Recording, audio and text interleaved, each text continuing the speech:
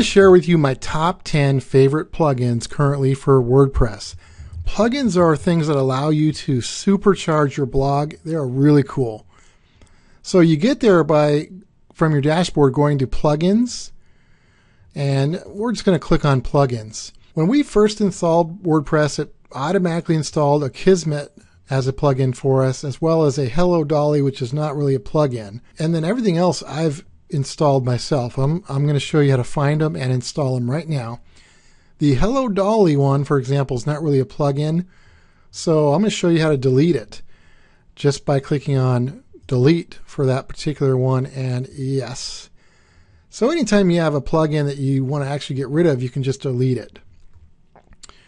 And so let's show you how to actually find all these plugins, and then I'll go through each one of my favorites. So all you have to do is click on plugins, and then up here you can click on add new. And from there you can find plugins a number of different ways. If you kind of know the name of a plugin you're looking for, you can type in the search term and put it right here. Or you can click on the popular tags here. So if you're looking for a sidebar plugin or a spam plugin to prevent spam, you can click on those tags and it'll show you lots of different plugins for that particular tab. Another thing you can do up here is click on popular, which I definitely recommend, and it'll show you a lot of the popular plugins. One of them that I want to install is called Contact Form 7. It allows us to build contact forms. So once you find a plugin you want, you can just click install now and OK.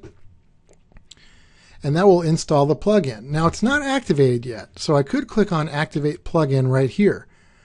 Let's say you forget though, and we go back to plugins, where we can find the Contact Form 7, and these other ones say deactivate because they have already been activated.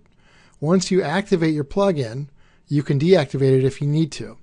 If you have not activated it yet, then it'll say activate. So obviously we definitely want to activate it. So I'm just going to click on activate, and that's all we need to do for that one. So it makes that plugin live. So now I'm going to go through each of my 10 favorite plugins and kind of show you what they do and how to use them. One thing that's important to note, when you install plugins, sometimes there's settings for your plugin. So for example, in the Contact Form 7, there's now a settings button right there. Also, on the sidebar, it actually created a contact box for our settings for that particular plugin. So there's two ways to access the settings for that plugin. Not all plugins will have settings, but some of them will. Here's another one for Google Analytics with settings. Sometimes they'll put the settings in the settings area. Here's our all-in-one SEO, our Google Analytics, our sitemap, our quick tags for the video. So when you install plugins, always check and see if there's settings for that plugin, either by clicking on the settings right on the plugin itself, or you can go under the settings and see which plugins added a link in that area, and then you can access the settings there as well.